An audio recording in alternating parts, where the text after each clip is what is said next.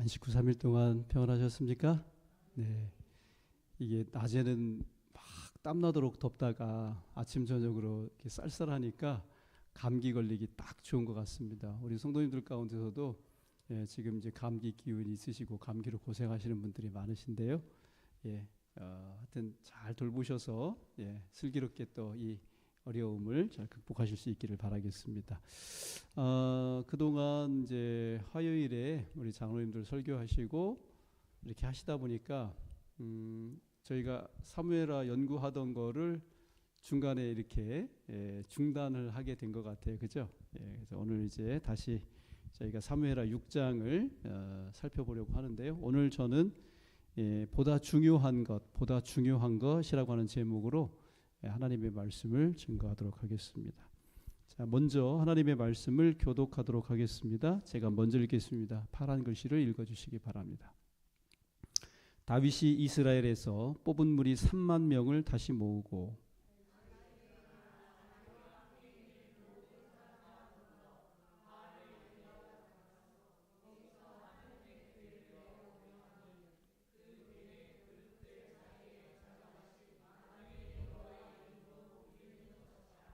그들이 하나님의 궤를 새 수레에 싣고 산에 있는 아비나답의 집에서 나오는데 아비나답의 아들 우사와 아효가 그 새 수레를 모니라.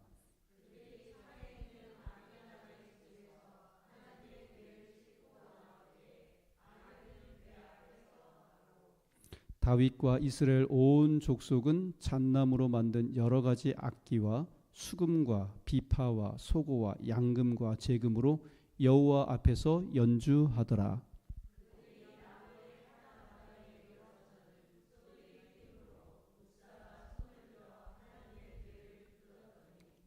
여호와 하나님이 우사가 잘못함으로 말미암아 진노하사 그를 그곳에서 치시니 그가 거기 하나님의 궤 곁에서 죽으니라.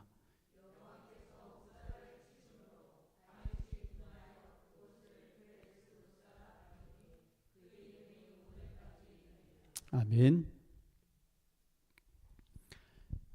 우리가 잘 아는 내용이고 또 익히 많이 들었던 그런 내용입니다.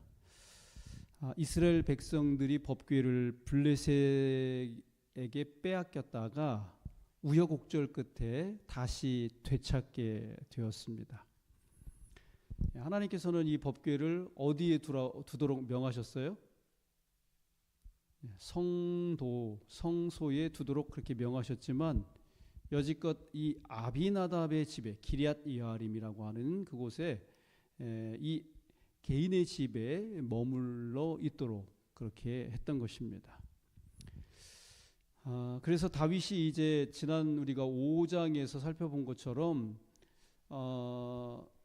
그 두루왕 히람이라고 하는 사람이 그 목수들을 보내가지고 다윗의 궁궐을 지어주고 또 다윗이 그 예루살렘을 그 시온 산성을 이렇게 그 여부수 족속으로부터 빼앗아서 그것을 왕도로 그렇게 만들었습니다. 그래서 다윗은 그 왕도에 뭐를 옮기기를 원했냐면 이 하나님의 법궤를 이송하려고 하는 그런 생각을 가지고 있었던 것이죠. 그런데 법궤 이송은 단순한 문제가 아니었기 때문에 다윗 왕 자신이 직접 진두지휘를 하면서 이 법궤를 운반하게 된 것입니다.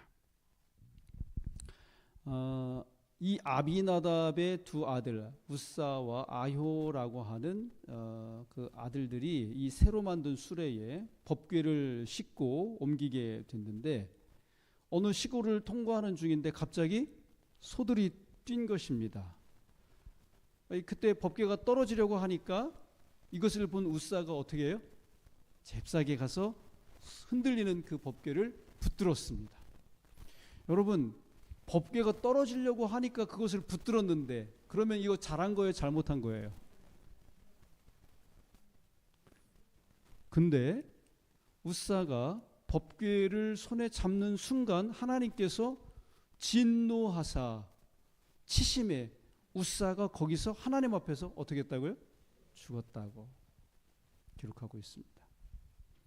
근데 역대상 13장에 보면은 오늘 우리가 읽은 이 사무엘하 6장과 평행장이에요. 똑같은 장이에요. 예. 그런데 그 역대상 14장에 보면은 하나님이 단순히 진노하신 게 아니라 뭐라고 표현했냐면 충돌했다. 웃사를 충돌하셨다. 이렇게 기록하고 있습니다. 이 충돌했다는 말은 웃사를 죽이시되 아주 처참하게 죽였다는 그런 말이 되겠습니다. 이 뜻하지 않은 끔찍스러운 사건이 발생을 하게 됐는데 웃사가 그 자리에서 즉사하게 된 것이죠. 여러분, 무엇이 문제였습니까? 웃사가 그렇게 잘못한 것입니까? 차라리 떨어지는 법궤를 그냥 놔두는 것이 더 잘된 일이었을까요? 우리 성도님들은 어떻게 생각하십니까? 이 이야기는 우리를 정말 당혹스럽게 만들고 두렵게 만든다고 하는 것이죠. 우리는 여기서 왜 하나님께서 그렇게 진노하셨는지, 무엇이 문제였는지 한번 우리가 진단을 해봐야 할 필요가 있다고 생각이 됩니다. 오늘 저희는 그런 것들을 염두에 두면서 오늘 이 이야기를 통해서 우리가 배울 수 있는 하나님께서 원하시는 것과 또 참된 우리 그리스도인들이 가야 할 길이 이 사건을 통해서 어떤 길인지 다시 한번 그 교훈을 살필 수 있는 귀한 시간이 될 수 있기를 바라겠습니다. 첫째로 우리가 하나님을 섬기고 신앙하는 데 있어서 아주 중요한 게 있는데 그것이 바로 무엇이냐면 편리보다는 뭐라고요? 올바름이어야 한다고 하는 것입니다. 웃사가 죽임을 당한 이유가 무엇이죠? 이 웃사라는 사람이 왜 죽었어요? 법궤를 뭐 했기 때문에? 법궤를 만졌기 때문입니다. 자, 그러면 왜 법궤를 만졌습니까? 흔들려서 떨어질까 봐 그런 거예요. 그렇다면 왜 흔들려서 떨어지려고 했을까요? 소들이 갑자기 뛰어서 그랬습니까? 물론이죠. 그러나 더 근본적인 이유가 있는데 그것은 법궤를 어디다 실었기 때문이에요? 수레에 실었기 때문입니다. 우리가 아는 것처럼 법궤는 반드시 어떻게 옮겨야 돼요? 이렇게 어깨로 메어서 옮겨야 했습니다. 여기 민수기 7장 8절로 9절에 보면 이 레위 지파들에게 이동할 때 성소를 이렇게 분해해 가지고, 그죠? 성소는 잘 아시다시피 고정식이 아니라 다 어떻게 되는 거예요? 분해 조립될 수 있는 그런 것이었습니다. 그래서 여기 지금 보면 무라리 자손들에게는 그들의 직임대로 수레 넷과 소 8마리를 주고 제사장 아론의 아들 이다말에게 감독하게 하였으나 그 다음에 여기 고핫 자손에게는 주지 아니하였으니 그들의 성소의 직임은 뭐 하는 거라고요? 그 어깨로 매는 일을 하는 까닭이었더라. 그렇게 이야기했습니다.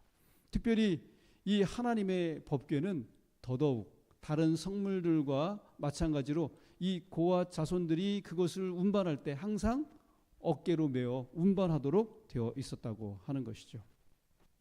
그런데 그들은 이 법궤를 메어온 것이 아니라 실어 옮기다가 그만 이런 변을 당하게 된 것입니다. 여기 사무엘하 6장 2절 다 같이 한번 읽어볼까요? 시작. 다윗이 일어나 자기와 함께 있는 모든 사람과 더불어 바알레 유다로 가서 거기서 하나님의 궤를 메어오려 하니 그 궤는 그룹들 사이에 좌정하신 만군의 여호와의 이름으로 불리는 것이라. 여기 보니까 본문 2절에 다윗은 분명히 처음에는 이거를 어떻게 하기로 결정했어요? 여기 그랬잖아요. 하나님의 궤를 뭐 하려고?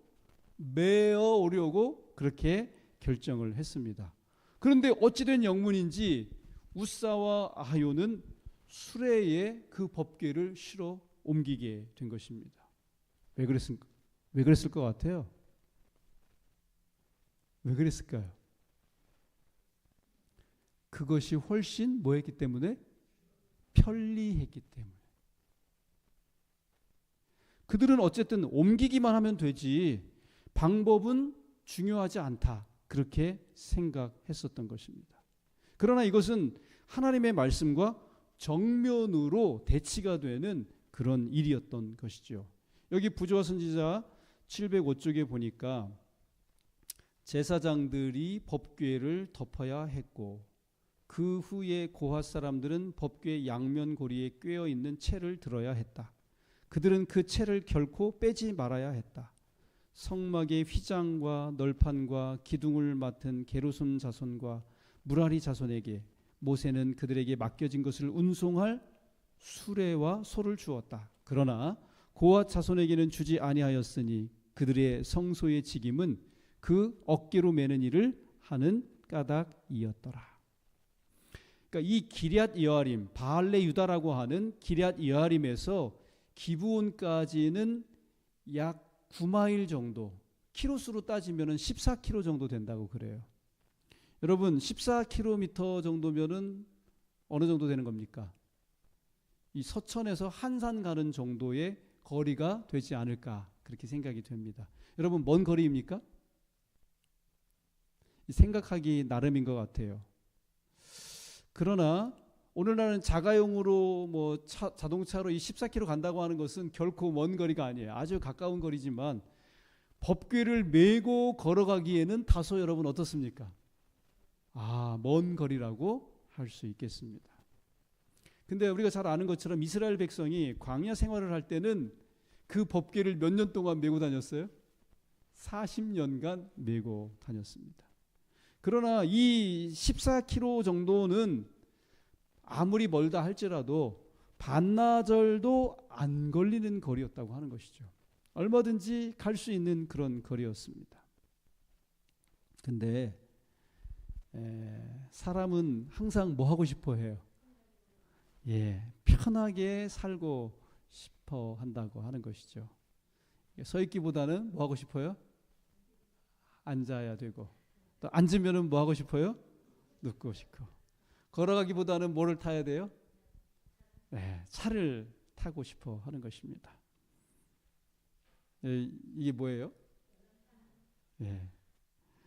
지금은 연탄불이 뭐 사라지다시피 했습니다마는 연탄은 기름보다 훨씬 쌉니다. 하지만 뭐예요? 불편해요. 연탄보다 더 싼 거는 뭐죠? 장작불일 것입니다. 하지만 그것은 연탄불보다도 더 불편하다고 하는 것이죠. 그러니까 불편한 것은 점점 더 어떻게 돼요? 사라지게 됩니다. 과학이 발달하는 이유가 뭘까요?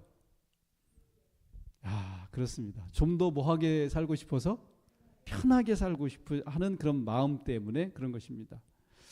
그런데 이 편하게 산다고 하는 것이 참 좋은 건데, 그런데 이런 정신이 점점 더 어디에까지 침투한 것 같아요? 교회에까지도 침투했다고 하는 그런 생각을 지울 수가 없습니다. 편하게 믿고 편하게 교회 다니고 그러고 싶은 생각이 우리가 신앙생활 하는데도 들더라고 하는 것이죠. 근데 여러분, 이 편리주의, 편리한 것을 추구하고 그것을 도모하는 일들은 결국은 우리의 신앙을 뭐하게 한다고요? 좀먹는다고 하는 것입니다. 결국은 교회를 약화시킬 뿐이라고 하는 것입니다. 그래서 세상이 아무리 편리해지고 좋아지고 나아진다 할지라도 절대로 양보할 수 없는 것이 무엇이냐면 개인적으로 하나님의 말씀을 읽고 묵상하는 일이라고 하는 것이죠. 솔직히 오늘날과 같은 그러한 그 인터넷이 발달돼서 우리 내 핸드폰에서 말씀을 들을 수 있고 설교 말씀을 접할 수 있다고 하는 것, 이거 정말 보통 일 아니잖아요. 그죠?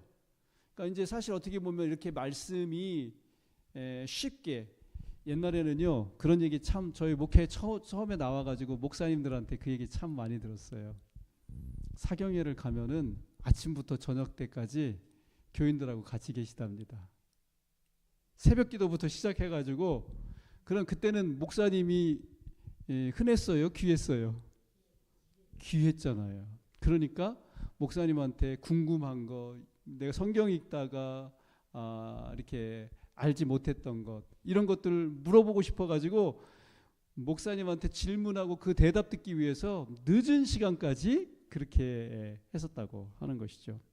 그래서 우리 서천교회 성도님들과 정말 이것만큼은 우리가 양보하지 말고 꼭 해야 되겠다 하고 싶은 것이 무엇이냐면 그것은 개인적으로 말씀을 읽고 기도하는 일이라고 하는 것입니다. 그리고 예배에 참석하는 일입니다. 물론 집에서도 이 유튜브로 우리 방송이 다 나가니까 어쩔 수 없는 상황에서는 우리가 뭐 또 그렇게라도 해야 되겠죠.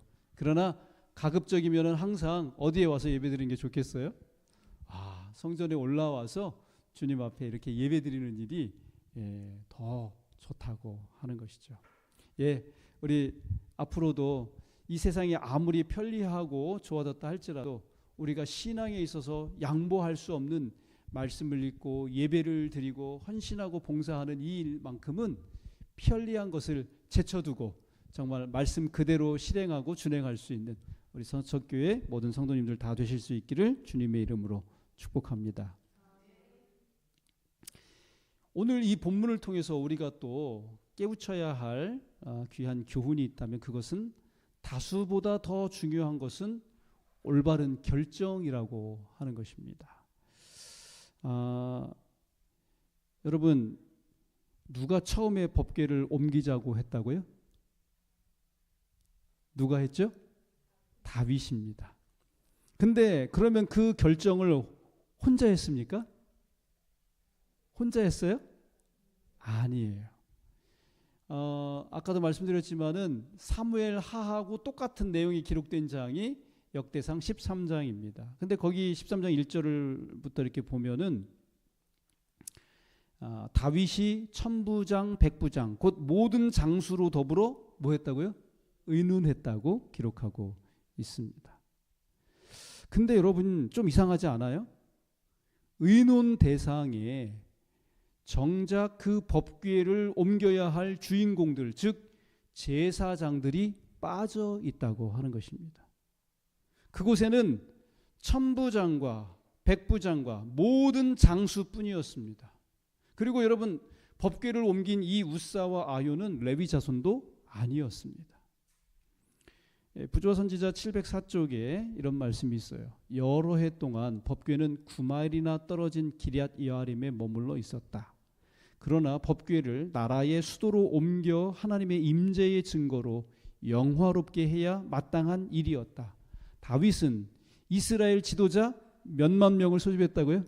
3만 명을 소집했다. 이는 법궤를 운반하는 일을 매우 기쁘고 당당하게 보이도록 하기 위함이었다. 여러분 다윗이 의논을 했어요. 근데 아무 준비 없이 한 게 아니었습니다. 여기 부조화 선지자 우리가 읽은 이 704쪽에 보니까 이스라엘 지도자 몇만 명을 초대했다고요? 3만 명이나 초대했다고 기록하고 있습니다. 여기서 우리가 간과하지 말아야 할 것은 다수에 의해 결정되었느냐 보다 더 중요한 것은 그것이 올바르게 결정된 일이냐 하는 것입니다. 다수결은 민주적이긴 하지만은 절대적으로 옳은 것은 아니라고 하는 것이죠. 성경은 다수를 따라 악을 행치 말라고 그렇게 경고하고 있습니다. 많은 사람이 추종하고 많은 사람의 수가 믿는다고 해서 그것이 꼭 올바른 것은 아니라고 하는 것이죠. 많은 사람의 수보다 더 중요한 것이 있는데 그것이 옳으냐 그르냐 하는 것입니다. 다른 사람의 말보다 동네 사람의 말보다 더 중요한 것은 바로 누구의 말씀이에요? 하나님의 말씀이라고 하는 것이죠. 그러므로 우리 성도님들께서 무슨 일을 결정하실 때는 어떤 사람의 의견도 중요하지만 하나님께서 최종적으로 하나님께서 무엇을 원하시고 또 하나님의 말씀에 무엇이라고 기록되어 있는지 그것을 근거로 해서 올바른 결정을 내리실 수 있는 주의 종들이 다 되시기를 간절히 바라겠습니다. 그리고 세 번째로 오늘 이 우사의 이 법궤 운송 사건에서 우리가 배울 수 있는 귀한 교훈이 있다면 그것은 나의 정성보다도 더 중요한 것이 있는데 그것은 뭐라고요? 하나님의 뜻을 따르는 것이라고 하는 것입니다. 다윗과 이스라엘 온 백성이 여호와의 법궤를 옮길 때 함부로 옮긴 것이 아닙니다. 그들은 그들 나름대로 성의를 다하고 최선을 다했습니다. 여기도 보니까 수레도 헌수레가 아니라 어떤 수레라고요? 새 수레였습니다. 그러나 그들이 새 수레를 준비하고 법궤를 운비해서 그것을 마련했을지라도 그것은 하나님의 뜻에 어긋나는 일이었다고 하는 것이죠. 우리는 여기서 나의 정성과 헌신보다 더 중요한 것이 있음을 알게 됩니다. 나의 정성과 헌신보다 더 중요한 것은 표제에 있는 것처럼 하나님의 뜻과 어떻게 되는 거예요? 일치되는 것입니다. 여러분, 일요일을 정성으로 잘 지키면 어떻겠습니까? 좋습니까? 일요일을 정성스럽게 거룩하게 잘 지키면 좋습니까? 그렇게 일요일을 몇백 년, 몇천 년 동안 일요일을 지킨다 해도 일요일은 절대로 뭐가 될 수 없어요? 안식일이 될 수 없습니다. 이게 뭐예요? 시험이죠, 시험. 예. 여러분 시험을 볼 때 글씨를 잘 쓰냐 못 쓰냐 문제가 돼요, 안 돼요? 제가 중고등학교 다닐 때인데 제 친구 중에 글씨를 되게 못 쓰는 애가 하나 있었어요. 발가락으로 써도 그보다는 잘 쓸 거라고 할 만큼 정말 글씨를 잘 못 썼어요. 근데 시험 보잖아요. 걔가 꼭 1등이에요. 그리고 지금은 의사가 돼 있어요. 그러니까 시험 볼 때 글씨를 얼마나 정성껏 썼느냐보다 더 중요한 것이 있는데 그것은 바로 그 시험지에 뭐를 해야 돼요? 제대로 된 답, 정답을 썼느냐에 달려 있다고 하는 것이죠.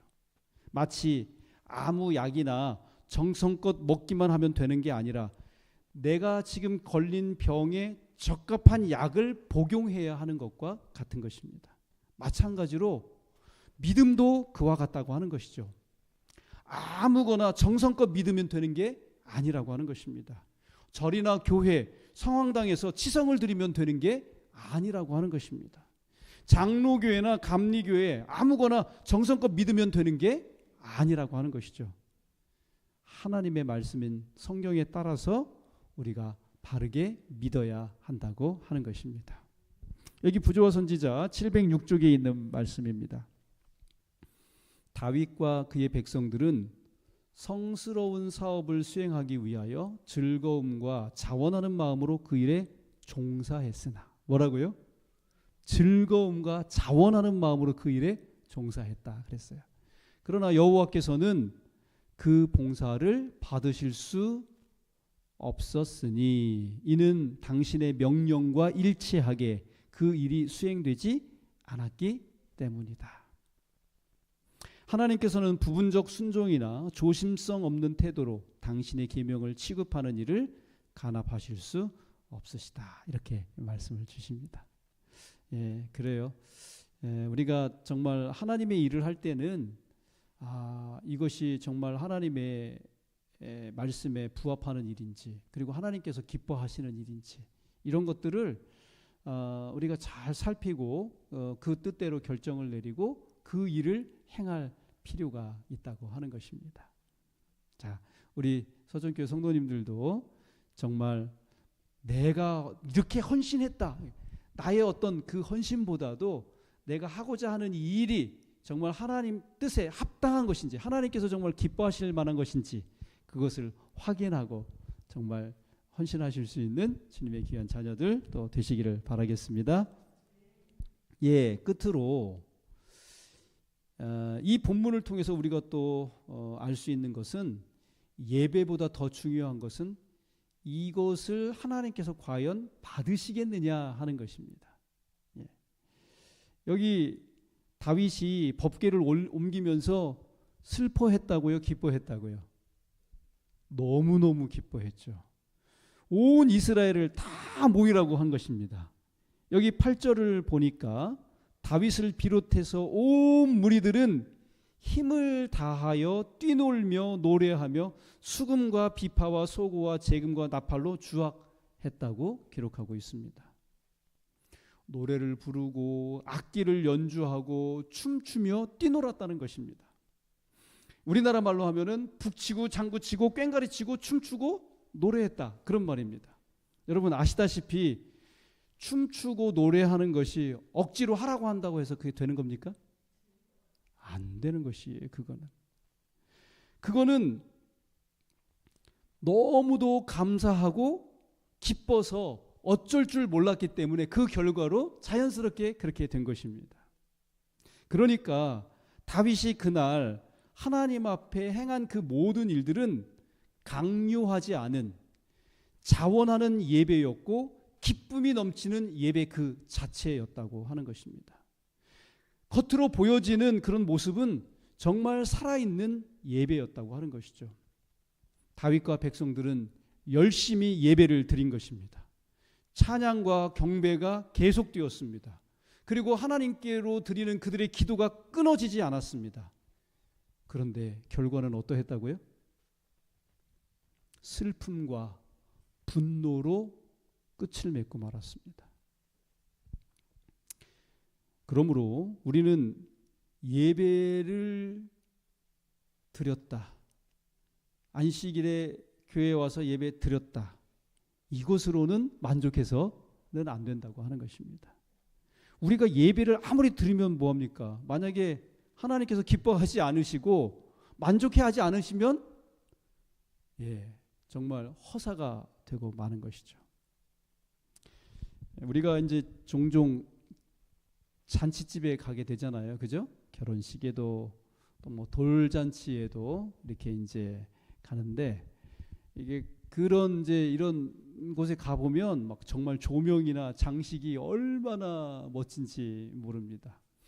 저희가 이제 유성에서 목회를 할 때인데 유성에서 제일 비싼 뷔페집에 어떤 목사님이 저희를 초대해 주셔서 간 적이 있습니다.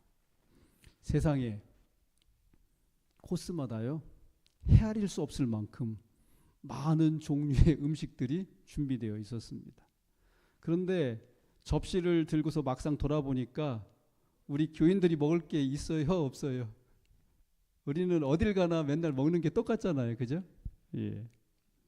이거 빼고 저거 건너뛰고 했더니 그 접시에 딱 맞는 그런 음식을 가져오게 된 것입니다. 아무리 잘 차려놓아도 소용이 없어요. 그걸 먹을 사람이 먹지 못하면 아무 소용이 없더라고 하는 것이죠. 좀 전에도 말씀을 드렸습니다만 우리가 안식일을 지킨다고 하는 것, 그저 여기 와서 우리가 몸으로 이 시간에 여기 함께 있다고 해서 그것이 전부가 아니라고 하는 사실을 우리는 알게 되는 것입니다. 안식일 우리가 예배 드릴 때 중요한 게 있는데 안식일의 주인이신 누구를 만나야 돼요? 우리 하나님을, 우리 주님을 만나야 된다고 하는 것입니다. 여러분 하나님께서 받으시는 예배가 어떤 예배예요? 여기 지금 보니까 역대상 16장 29절에 다 같이 읽어보겠습니다. 시작. 여호와의 이름에 합당한 영광을 그에게 돌릴지어다. 제물을 들고 그 앞에 들어갈지어다. 아름답고 거룩한 곳으로 여호와께 경배할지어다. 시편 96편 8절에도 있고 시편 20 몇 편에도 똑같은 이 말씀이 있었습니다. 그 다윗은 하나님께서 구하시는 제사는 상한 심령이라, 여러분 기억하시죠? 우리가 정말 하나님 앞에 나와서 예배 드리고 또 우리가 하나님 앞에 나아가고자 할 때 진짜 필요한 거는 간절함이라고 하는 것이죠. 우리의 마음이 정말 치유받기를 원하는 어떤 환자와 같이 간절함으로 우리 주님 앞에 나아올 때 우리 주님께서 우리의 예배를 받으시고 우리의 헌신을 받으시더라라고 하는 것입니다. 예, 오늘 말씀을 요약하겠습니다.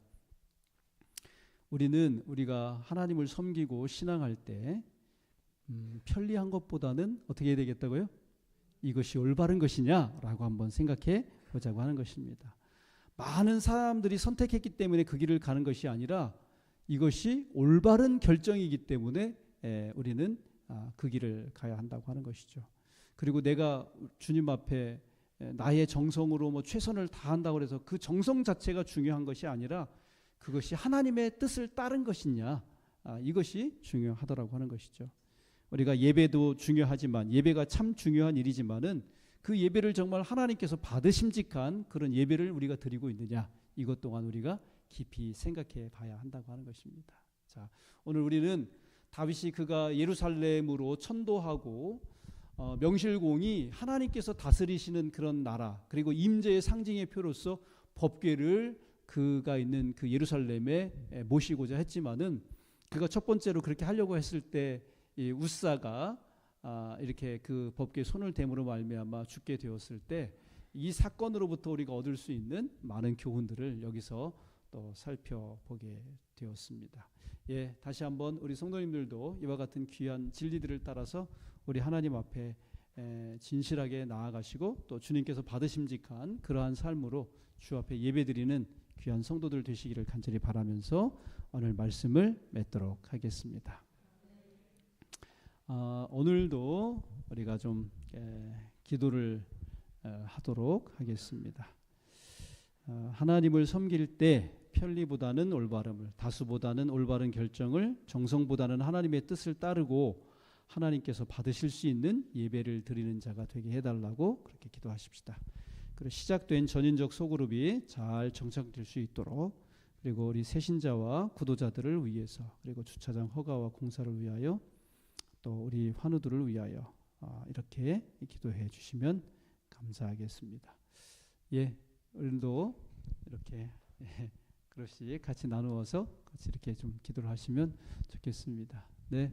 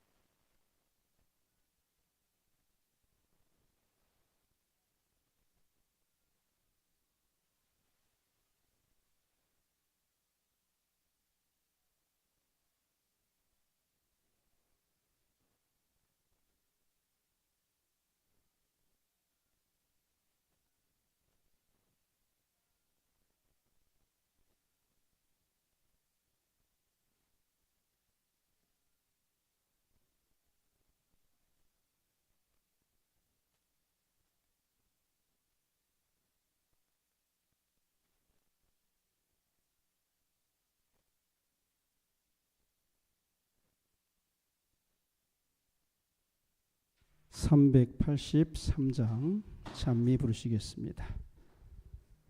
383장입니다.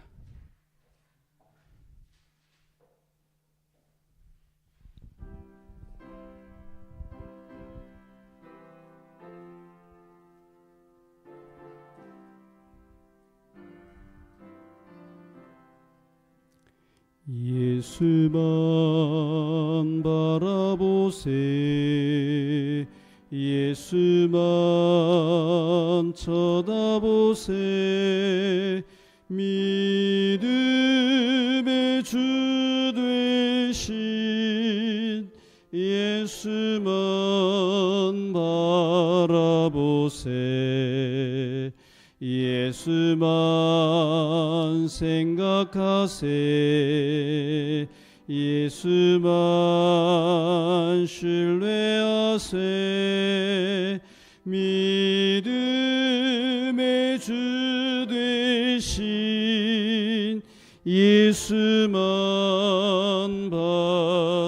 바라보세 예수만 품어보세 예수만 모셔보세 믿음의 주 되신 예수만 바라보세. 주기도문으로 예배 마치겠습니다. 하늘에 계신 우리 아버지시여 이름이 거룩히 여김을 받으시오며 나라의 임하옵시며 뜻이 하늘에서 이루어진 것 같이 땅에서도 이루어지이다. 오늘날 우리에게 일용할 양식을 주옵시고 우리가 우리에게 죄 지은 자를 사하여 준 것 같이 우리 죄를 사하여 주옵시고 우리를 시험에 들지 말게 하옵시며 다만 악에서 구하옵소서. 나라와 권세와 영광이 아버지께 영원히 있사옵나이다. 아멘.